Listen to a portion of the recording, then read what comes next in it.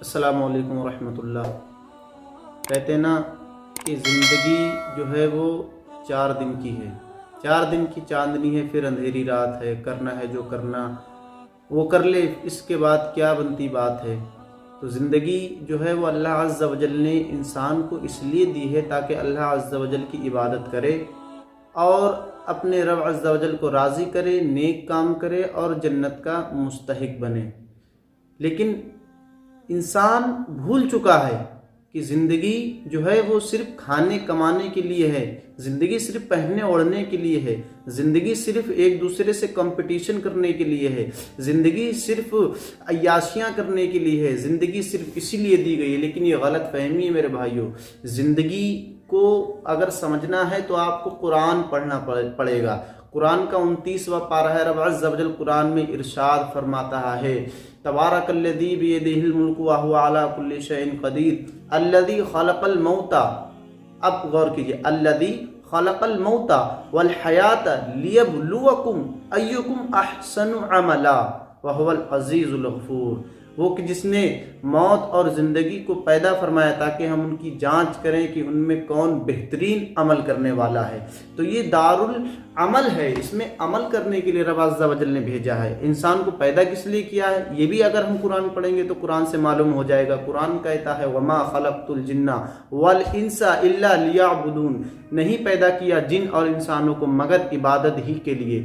تو انسان کو عبادت کے لیے پیدا کیا، لیکن انسان آج روز مرہ کی زندگی کو دیکھو کس طرح سے گزارتا ہے۔ موبائل سارا وقت کھا جا رہا ہے، سوشل میڈیا پہ طرح طرح کی فحاش ویڈیو چل رہی ہیں، سوشل میڈیا پہ اپنا وقت ضائع کیا جا رہا ہے۔ 1 گھنٹہ اگر سوشل میڈیا پہ دیا جا رہا ہے تو اگر 60 برس کی زندگی کو آپ اگر جوڑیں گے، 60 برس کی زندگی کے اعتبار سے روز کا 1 گھنٹہ کتنا وقت ضائع ہو رہا ہے۔ اگر 15 منٹ کے اعتبار سے جوڑیں گے تو کم سے کم بہت زیادہ ہی وقت برباد ہو رہا ہے۔ اس طرح سے اگر آپ کو سوشل میڈیا چلا رہے ہیں، ظاہر سی بات ہے اس سے چھٹکارا تو اب کوئی بہت پانا مشکل ہے۔ انسان اپنے آپ تنہا محسوس کرتا ہے، بالکل موبائل کے لیے۔ موبائل کے علاوہ وہ اپنی تنہائی گزار سکتا ہے؟ نہیں گزار سکتا، بالکل نہیں گزار سکتا۔ موبائل تو ایک انسان کا ساتھی بن چکا ہے، لیکن رب عز و جل نے اس لیے زندگی نہیں بنائی ہے کہ ہم موبائل ہی کے اوپر ڈیپینڈ رہیں، ہم سوشل میڈیا ہی پر ڈیپینڈ رہیں، ہم اپنا وقت کو ضائع کرتے رہیں۔ میرے بھائیوں، 4 چیزوں سے پہلے غنیمت جاننا چاہیے۔ زندگی کو موت سے پہلے، وقت کو مصروفیت سے پہلے، مالداری کو جو ہے فقیری سے پہلے، اور صحت مندی کو بیماری سے پہلے۔ ان 4 چیزوں کو غنیمت جاننا چاہیے، اور یہ رب عز و جل کی بہت بڑی نعمتیں ہیں۔ پوچھو ان سے جن کو سجدے نہیں کرنا آتے، جو سجدے نہیں کر سکتے، کرسیوں پہ نماز پڑھتے ہیں۔ رب عز و جل نے اتنا صحیح سلامت جسم دیا ہے، پھر بھی ہم سے 1 وقت کی نماز نہیں پڑھی جاتی ہے۔ رب عز و جل اگر ہم سے ناراض ہو گئے، سجدے کی توفیق ہی چھین لی، اور یہ ناراضگی ہی ہے رب عز و جل کی کہ سجدہ نہیں کر پا رہے ہیں، اس کی بارگاہ میں نہیں سر جھکا پا رہے ہیں، کیونکہ اس کی بارگاہ میں وہی سر جھکاتا ہے جس سے رب عز و جل ناراض نہیں ہوتا ہے، جس سے اللہ عز و جل راضی ہوتا ہے وہی سر جھکاتا ہے۔ اور رب عز و جل طرح طرح کے عذاب دیتا ہے۔ ضروری نہیں ہے کہ رب عز و جل آپ کو یہ عذاب دے کہ آپ کی روزی چھین لے، ضروری نہیں ہے۔ رب عز و جل کی ناراضگی کا سب سے بڑا سبب یہ ہے کہ سجدے کی توفیق انسان سے چھن جائے۔ تو یہ زندگی جو ہے رب عز و جل نے اس لیے نہیں بنائی ہے کہ ہم اپنی زندگی کو اس طرح سے اس دنیا میں بیکار گزار دیں۔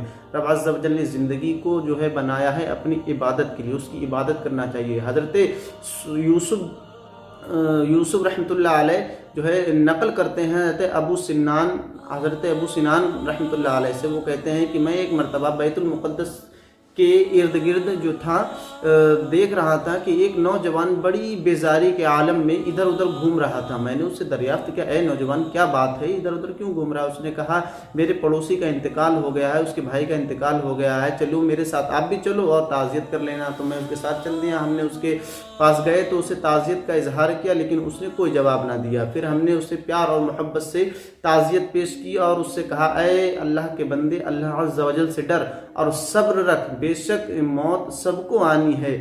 پھر اس کے بعد ہم نے اس سے کہا کہ موت جو ہے وہ ہر کسی کو آنی ہے، جس نے زندگی کا سفر شروع کیا ہے اسے موت کی انتہا تک ضرور پہنچنا ہے۔ وہ کہنے لگا آپ کی بات صحیح، آپ حق فرماتے ہیں، لیکن البتہ معاملہ کچھ اور ہے